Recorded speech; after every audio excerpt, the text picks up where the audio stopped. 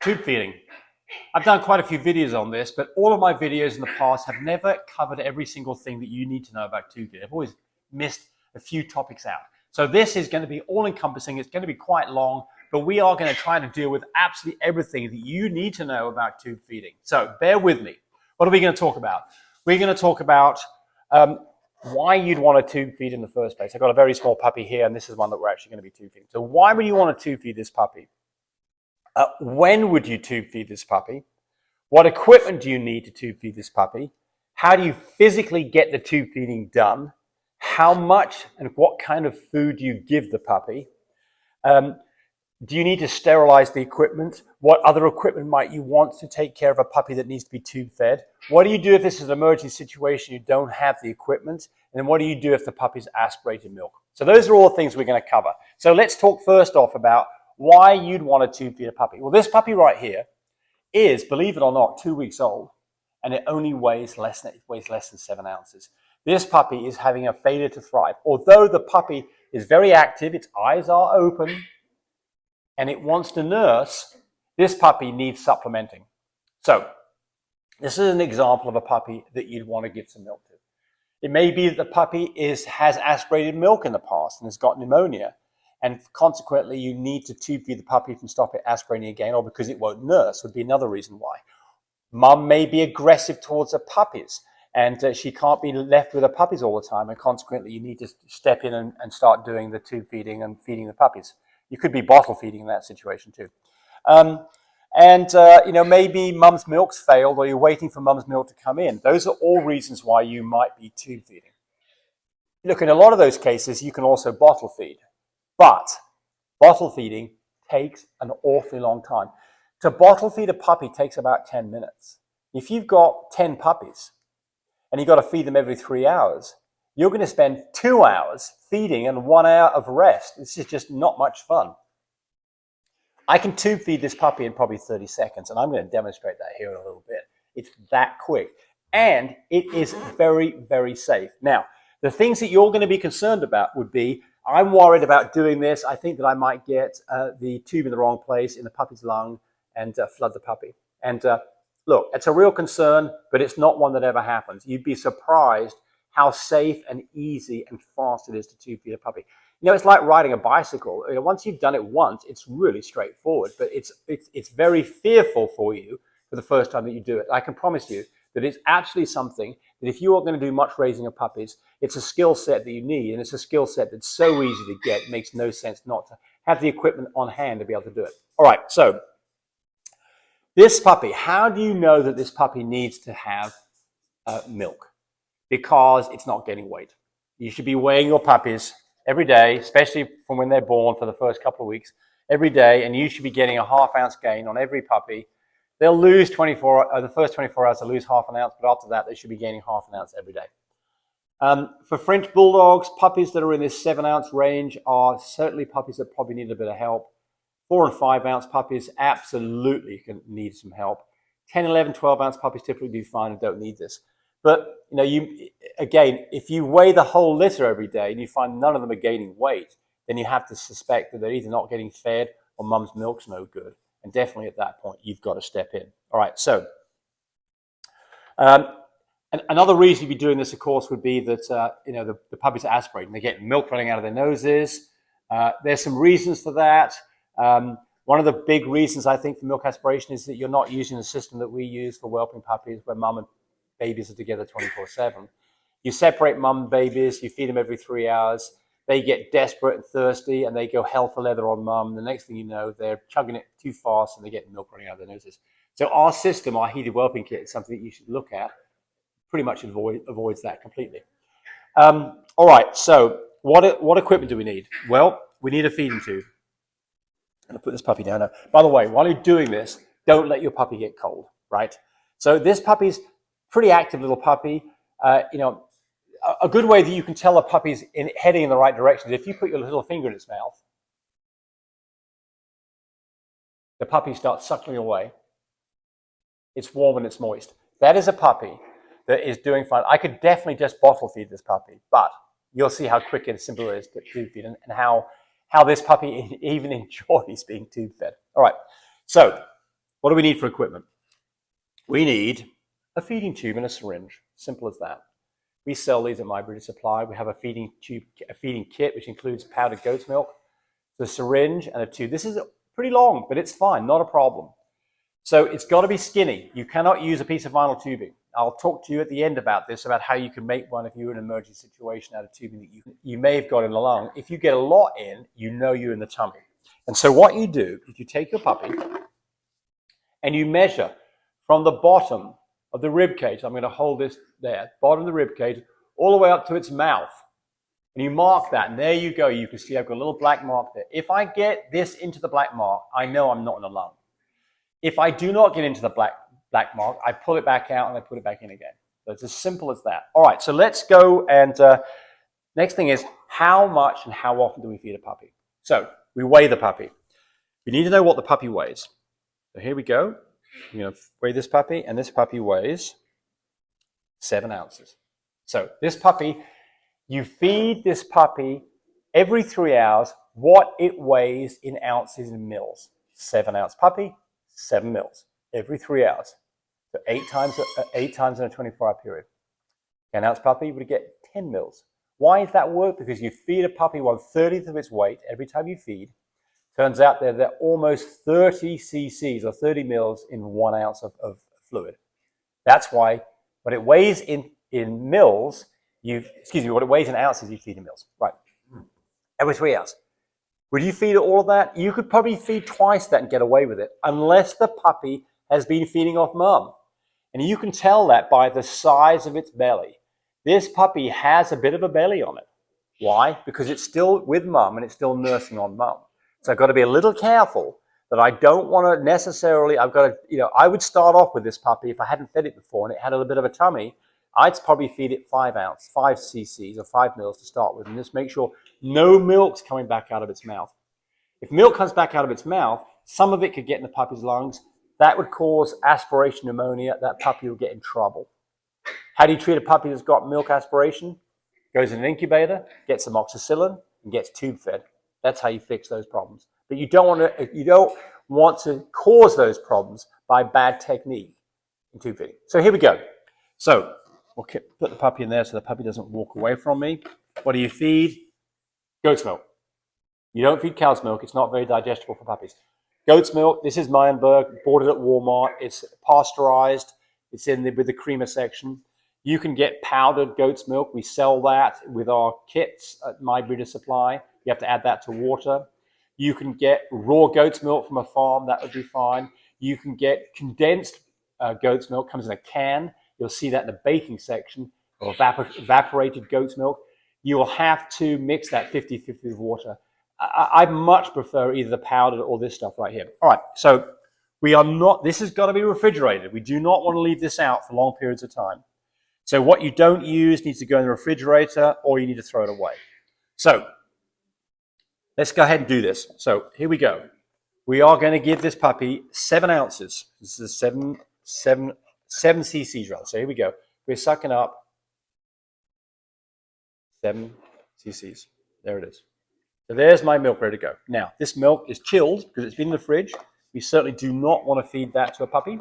So we are going to throw this in the microwave for a few seconds. It turns out that for my microwave, every mil of goat's milk needs 1 second of heating it on my microwave. Yours could well be different.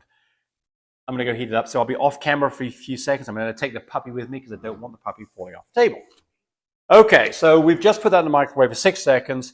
I can feel it's nicely warm. We are ready to feed the puppy. So I'm now going to get any air out of this. I don't really want to put air in the not that it's too critical, but I'm just going to get rid of the air. So it's coming out the end of it. Good, we're good to go. So here is the actual part you've been waiting for. Here it goes. It is so incredibly simple to do this. So the first problem you'll have is you've got to make sure that the tube goes above the tongue and not below the tongue. If you get it below the tongue, you will not get the tube in the puppy's mouth. So I'm going to try and get up close here. And remember, we have a mark here, and you can see that black mark right there where I'm pointing. That's how much we want to get in. So this is, it's a little bit difficult for me to do this while I'm on camera doing it, but let's just see how well I do. So here we go. Puppy's mouth. Oh, there it goes. In the mouth. If I get it to lick on it, it's trying to get it. There we go. We're in far enough. I'm just going to hold it there. And while that's there, I'm going to squish the plunger. Squish the plunger. Then I'm going to gently and slowly withdraw this from the puppy's mouth. There we go. Fed. That puppy's fed. Got a nice big fat belly on it. Now look at that belly on that little puppy. Nice big fat pudgy belly. That easy, folks. It's so simple to do. And the puppy does not object to it at all. The puppy knows it's coming and actually probably is looking forward to getting a good meal of milk. So very, very simple. No excuse not to do it. If you mark the tube, so you've marked it from the bottom of the ribs to the mouth, you cannot get that in the lung. If you've only got it halfway in, you're not in the tummy. You've got to get this down deep enough. And as long as you do that, it is completely safe. All right. So let's go ahead and keep on talking here about... So we talked about equipment, we talked about how much, we talked about you feed every 3 hours, what the puppy weighs in ounces, you feed in mils. Do you need to sterilize this after you've used it or if you're going to use it on another puppy? No, it's not. The puppy's tummy is filled with stomach acid. This is not like an injection. This does not need to be sterilized. But you do want to flush it out. You don't want to have clabbered and sour milk setting up inside this tube. So you do want to go flush this out quickly, and that I will do after we finish this. Right, so where do you get a feeding tube? The problem is that you'll probably find that most vets don't have feeding tubes, as crazy as it is. I'll see other places where they'll talk about miracle nipples and things like this. Absolute waste of time, in my opinion. If you've got a puppy that won't nurse or a puppy that you need to nurse frequently, a feeding tube is so much easier. Think of it this way. If you were going to, this puppy would bottle feed just fine. It wants to suckle. This puppy is not in desperate shape. This puppy will absolutely suckle on my finger. It's suckling away. I could bottle feed this puppy. Take me 10 minutes to bottle feed this puppy. If I had 10 puppies, 10 minutes apiece, that's almost 2 hours. And I've got to do that every 3 hours. Your life is ruined. You're not going to get any sleep. If I had 10 puppies, I could tube feed 10 puppies in 5 minutes. I can go get up in the middle of the night, tube feed some puppies and not ruin my night's sleep and get them fed. I could go to bed at midnight, give them a feeding right before I go to bed, get up at 3:30, feed them, take me 5 minutes, get up again at 7, and feed them again, and I have not ruined my life. So tube feeding is something that just absolutely makes sense. It's very safe.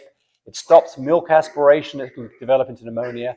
It is just absolutely the way to go if you've got to tube feed on a regular basis or a lot of puppies. Now, you could get into a situation where you're tube feeding a puppy and it's not nursing at all and it loses its suckle reflex. I've personally never seen that, but I have read that that can happen. So I think that if you've got a mum who's got failed milk, you should be leaving the puppies with mum anyway. You want mum to do the cleaning up. The very act of them trying to nurse on mum can help bring in mum's milk anyway. So I would not separate babies from mum unless they are very frail, weak, in which case an incubator is the right treatment for this. Something else I didn't bring up is puppies that are newborns should all be checked for cleft palates. If you open their puppy's mouth up and you look inside, and I can't do this on camera, I don't think, but if you get a finger in there, open the mouth up wide, take a flashlight, look inside the roof of the mouth. If there is a gap, a hole in the roof of the mouth, that is a cleft palate. Those puppies cannot nurse. They'll try and nurse, but they won't get any milk. Why? Because to nurse, you have to make a vacuum. If there's a hole between your mouth and your nose, air rushes in through your nose. They can't develop a vacuum. They cannot get milk out of a teat. Those puppies, if you're going to try to save them, which probably you're not going to succeed anyway, but if you decide you want to do this, you will have to tube feed. They will nurse all day long, but they will not get any food from mum. They have to be tube fed. All right. Right, so let's talk about now you're in an emergency situation. You've got a puppy that is, you found a puppy that's cold. One of the first things that you'd think to do would be to give it a dose of milk, warm milk in its tummy. Probably not. Probably what you should be doing first is get that puppy warmed up. So before you feed a cold puppy, get it warmed up. Get it in the incubator. Go get some towels in your dryer and warm some towels up and put the puppy in those towels. Put the puppy under your shirt next to your belly. Get the puppy warmed up before you. Make sure that you can get some kind of response to this sticking a finger in its mouth and at least it feels warm and not cold. If it feels cold, get it warmed up first. Right now. So you've got a puppy, you don't have a feeding tube. It's Sunday night, nobody's open. Even if they were open, they probably wouldn't have a seat feeding tube anyway. If you go to PetSmart or these places, they will not have any feeding tubes, I promise you. Complete waste of time. What do you do?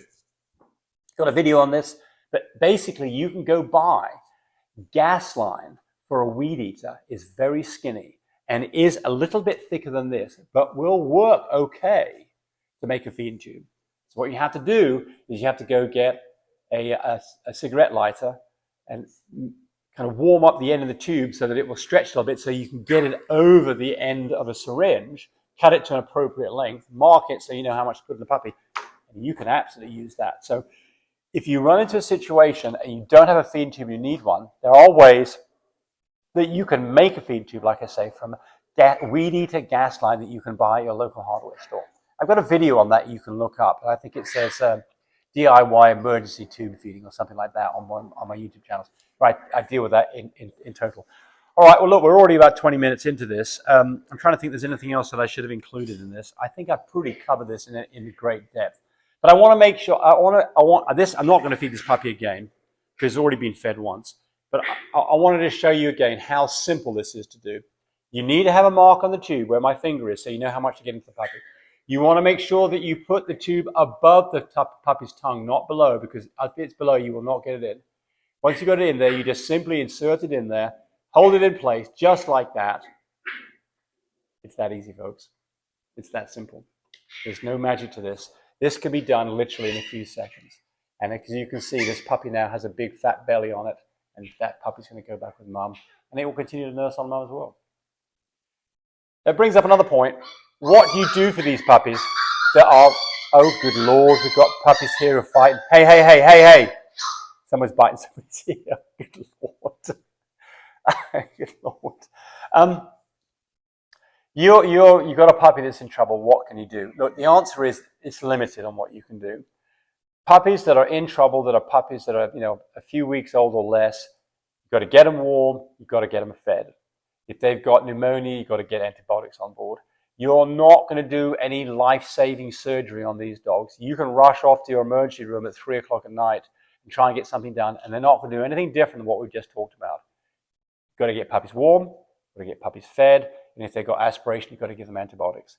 That is it. And if they've got aspiration, by the way, having an oxygen machine is something that's pretty beneficial as well. So an incubator and an oxygen machine, a feeding tube, antibiotics, you're about the limit of what anybody can do for a puppy. That's about all you can do. And after that, nature either steps in and the puppy gets better or not. So, okay.